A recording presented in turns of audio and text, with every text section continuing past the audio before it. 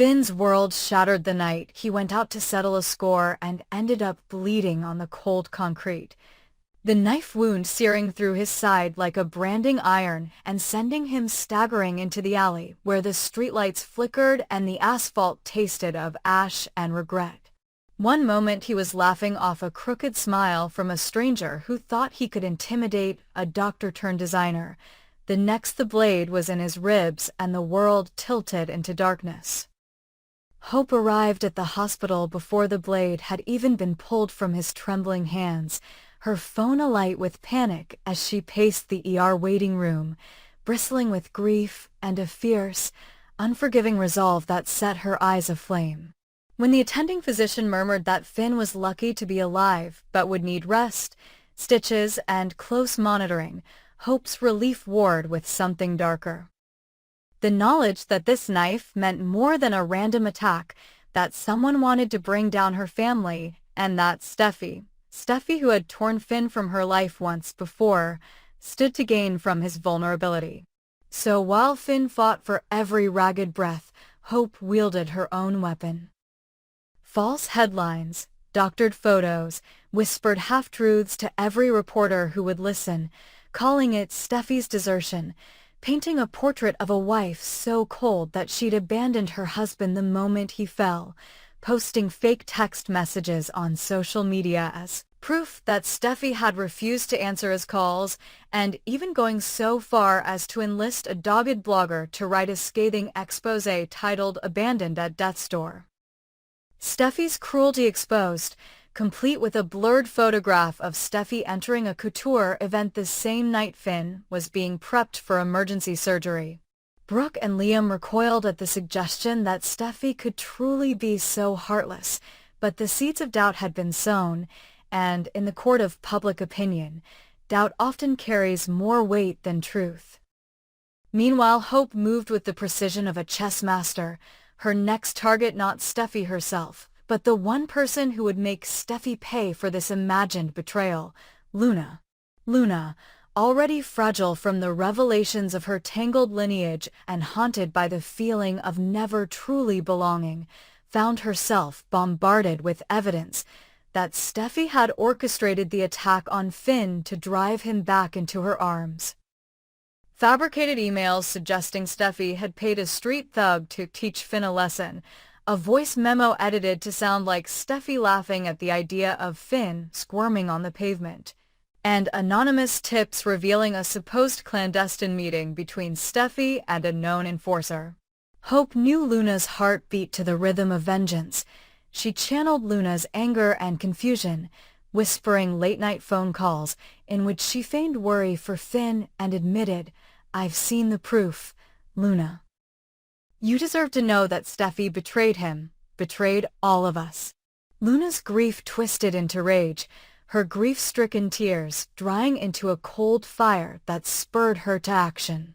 She scoured her phone for every shred of proof, replaying the doctored clips until her vision blurred, until she believed without question that Steffy's ambition knew no bounds and that Steffy would kill to reclaim her man. So Luna slipped out under the cloak of darkness, armed with the knowledge that Steffy's office at Forrester Creations housed the hard drive that stored all her designs, all her secrets, Steffy's heart, laid bare in ones and zeros. Luna's fists tightened around the stolen keycard Hope had procured from an unwitting temp. She slipped past the security desk with a trembling smile, her mind alight with the promise of retribution. Inside Steffy's pristine office, the soft glow of her computer screens cast long shadows across the mahogany desk, and Luna felt a thrill of power as she downloaded files onto a USB drive, client lists, blueprints, testimonials, anything that would destroy Steffy's reputation when leaked to the press. Luna paused to press a final button, sending the files to dozens of gossip outlets, then stood back as an alert popped up, "File transfer complete." She almost laughed at the simplicity of it, the ease of wielding ruin like a blade. But before she could slip back into the night, the office doors swung open, and there stood Steffy, eyes wide with shock, her silk robe slipping from one shoulder as though she'd been called from her bedroom in a panic. Luna's heart pounded faster, adrenaline and righteousness mingling in her veins. "You!" Steffi gasped, stepping forward, anger blazing through her surprise. "How dare you break into my office?" Luna raised the USB drive like a trophy and felt the weight of all the lies that had led her here settle into her bones. "You abandoned him," Luna spat, her voice cold. "You left him bleeding and alone. Now I'm going to make sure you lose everything." Steffi's voice trembled as she lunged for the drive, her nails raking across Luna's arm as a fierce scuffle erupted between them, papers scattering across the desk, the screen flashing warnings of unauthorized access. Their fight became a blur of silk and raw fury, each slap and shove fueled by years of betrayal, fear, and jealousy, until Luna's momentum sent Steffi crashing into the desk, the computer monitor flickering, wires snapping, lights plunging the room into a half-lit haze. Luna froze as Steffi lay stunned on the floor, one hand pressed to a growing bruise on her cheek, and realized in that moment that vengeance had pushed her past a point of no return. Sirens wailed distantly as the police, summoned by Steffi's silent panic alert, moved through the halls, and Luna's bravado crumbled into tears of confusion and regret. But Hope, watching through a hidden live stream feed planted in Steffi's office by an anonymous hacker, saw only victory. The story of Steffi's cruelty would go viral by morning, and Luna's act of righteous fury would cement the narrative that Steffi was the villain. In the hospital, Finn stirred from a morphine haze, his bandaged side throbbing, unaware that outside these walls a war raged over his name and his wife's honor.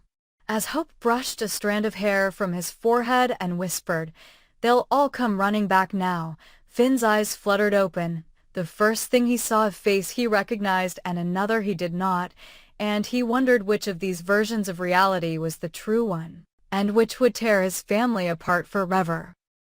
The moment the elevator doors clanged shut behind the squad of officers, Luna's triumphant blaze of righteous fury collapsed into hollow panic. She backed away from Steffi's slump on the floor, eyes wild, chest heaving as the weight of what she'd done pressed down on her like a physical blow. I found proof," she stammered, voice cracking as two uniformed officers flooded into the office, their flashlights dancing over the overturned desk and shattered monitor.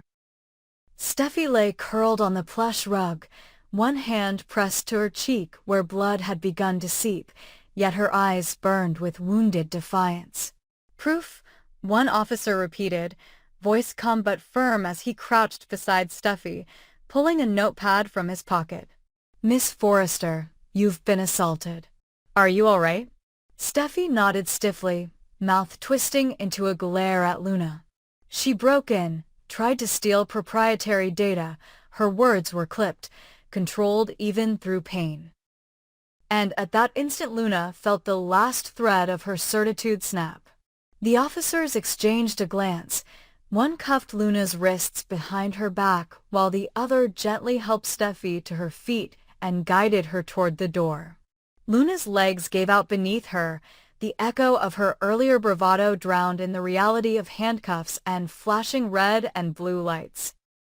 Through it all, Hope watched via the illicit live stream in an empty conference room at Forrester Creations HQ, her heart pounding with smug satisfaction as she texted a flurry of exclusive updates to every gossip rag in LA. If Steffi was innocent, no one would ever know the truth because Luna's break-in would eclipse any murmur of exoneration. Finn's name would be cleared only when all the smoke settled, and by then it would be too late to salvage the innocent wife whom Hope had so meticulously tarnished. But real life seldom concedes to calculated plans. As Luna was led away by police, her panic turning into bitter sobs, Finn arrived on the scene, summoned by an urgent call from Steffi's assistant. He burst into the office building, his shirt blood-spattered from his own wound, his face ashen with confusion and grief. When he saw Luna in cuffs, head bowed against the harsh glare of police spotlights, he froze as if struck. "Luna," he whispered, breath-catching. Steffy turned from the officers with a mix of relief and wariness. "Finn," she said quietly, one hand to her cheek, "she's hospitalized me and stolen files. We have to press charges." Finn's face crumpled as he sank to his knees beside Luna, reaching for her hand, but the irons cut into his fingers and he recoiled in horror. "But why?" he begged, tears brimming. "Luna, what have you done?" Luna's tears fell in hot trails down her cheeks as she looked at him, at the man she had called father figure, at the man she thought she was protecting from Steffy's supposed betrayal, and the lie collapsed inside her. She shook her head, as if to cast away the phantom whispers that had driven her to this. "I thought she did it," she choked out. "Hope showed me she had the proof." Finn's anguished cry split the air. "Hope?" His gaze snapped to Steffy. "She set you up?" "She manipulated you." Steffy's eyes softened with pity and pain. "She twisted you against me," she said. "It was never me." Within hours, the police had taken Luna into juvenile intake rather than adult lockup in recognition of her age and the clear emotional manipulation at work. Finn stayed at the station, refusing to leave her side until he could secure her release into his custody, promising the officers he would ensure she received counseling for her trauma and the lies she had believed. Steffy, her lips still bruised, watched him cradle Luna in the waiting room, his arms steady though his face was etched with shame and sorrow.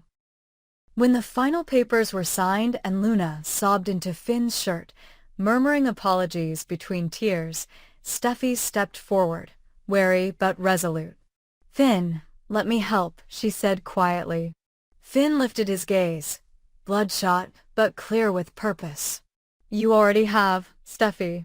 He closed the distance between them, bracing himself against years of pain and mistrust, and offered her his hand. She took it, and for a moment they stood united by the kind of shared crisis that forges bonds stronger than any misunderstanding. Back at the Logan estate, Hope paced her living room with a tempest of anxiety beneath her calculated calm. Her phone crackled with incoming messages, some congratulatory, most dubious, about Luna's arrest and Steffy's martial neglect. But then a new alert blew up her screen. A message from an anonymous tipster inside the station, claiming video footage of Luna's interrogation that revealed Hope's involvement in planting the doctored emails and photos. Hope's pulse hammered as she realized her web of deception was unraveling. She slammed her fist into the couch cushion, nails digging into velvet as she whispered, "No, this can't be happening." With frantic resolve, she dialed Liam Spencer, her usual confidant. He answered on the second ring, voice groggy but alert. "Hope? What's wrong?" She clenched her teeth, straining for control. "They know, Liam. The police have proof I fed Luna the evidence. If it gets out, if Finn finds out I lied, I'll lose everything." Liam's voice tightened. "You can't let that happen. Meet me at Forrester's private parking deck in 20. We'll figure something out." Meanwhile, Finn had arranged for Luna to see a specialist in trauma and manipulation, determined to rebuild his relationship with the girl who had nearly torn apart his marriage and career under the false belief that Steffy was her enemy. Luna's therapy sessions revealed the depths of Hope's betrayal, phone recordings, manipulated video clips, lies that preyed on Luna's longing for identity and belonging. Each session worked to reclaim her trust in her true family, Finn and Steffy. But Luna's guilt was a mountain she had to climb herself. In the dim light of the therapy room, with Finn holding her hand, she whispered, "I won't ever doubt you again, Daddy." "I'm so sorry." Finn brushed a strand of hair from her face, heart swelling with both relief and sorrow, and promised her that together they would untangle the lies Hope had woven. But Hope, cornered in the Forrester parking deck by Liam, leaning against his car under the harsh glare of a single overhead lamp, had one last desperate gambit. Liam's jaw was set, his arms folded. Hope, if this goes public, you'll lose custody of Douglas and your reputation will be in shreds, he warned. Hope fixed him with a glare sharper than any blade. I did it for my family, she insisted. Finn was weak, Steffy was taking over everything, and I couldn't stand by and watch him slip away. Liam's eyes softened. Then don't watch. Let him choose you on your own terms honestly. Hope shook her head. It's too late for that. She reached into her clutch and pulled out a file, photos of a late-night meeting between Liam and his ex, a new scandal she'd been collecting, her final insurance policy. Liam's eyes widened. Are you insane? He hissed. You'll sink us both. Hope's lip curled in a bitter smile. Then at least we go down together. Back at the police station, Finn and Steffy emerged into the cool night air, arms intertwined as they guided Luna into the waiting car. Reporters had gathered, lights flashing and microphones thrust forward, but the blended Forrester couple moved with a newfound solidarity, Steffy leaning into Finn's shoulder, Luna clutching Finn's free hand. Paparazzi shouted questions. What about the evidence? Will you press charges against Hope Logan? Is Steffy still your wife? Finn raised a hand to still the storm of lenses and voices. This ends tonight, he said clearly. My family, Steffy, Luna, and I will heal together. The rest is between me and my sister. His tone left no doubt. Hope's betrayal would be met with consequences measured by the law and by the bonds of blood and marriage, but the Forrester family would emerge unbroken. In the Logan mansion, Hope stared at her reflection in the foyer mirror, Liam's warning echoing in her ears. She set the scandal photos on the console and took a steadying breath. The first flickers of doubt crept across her mind. What if Finn chose Steffy and Luna over her? What if her last leverage only pushed him further away? She slipped the photos back into her bag and walked into the living room to find Brooke Logan sitting on the sofa, sleepless and watchful. Brooke's gaze met hers with cool inevitability.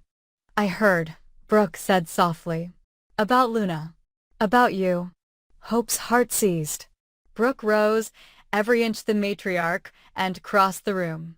You betrayed him, Brooke continued, voice steady but cold. You almost ruined your own family. Hope swallowed, words failing her. Brooke pressed a hand to her forehead. I'm going to tell him the truth myself, because family doesn't lie to each other. So in the dawn's pale glow as sunlight spilled over Malibu's cliffs, two parallel dramas were unfolding. Finn, Steffy, and Luna, scarred but united, returned to the Forrester estate to begin the painful work of rebuilding trust, and Hope, isolated in the Logan living room, awaited the reckoning that Brooke's confession would bring. The stage was set for a final, explosive confrontation. Would Hope own up to her deceit and beg for forgiveness, or would she cling to her desperate schemes at the cost of everyone she claimed to love? And would Finn, whose faith in both his sister and his wife had been tested as never before, find the strength to forgive and to redefine the meaning of family in the aftermath of betrayal? As Malibu's waves crashed endlessly against the shore, the answer waited on the horizon, poised to wash away the ashes of deceit or drown them in the tide of truth.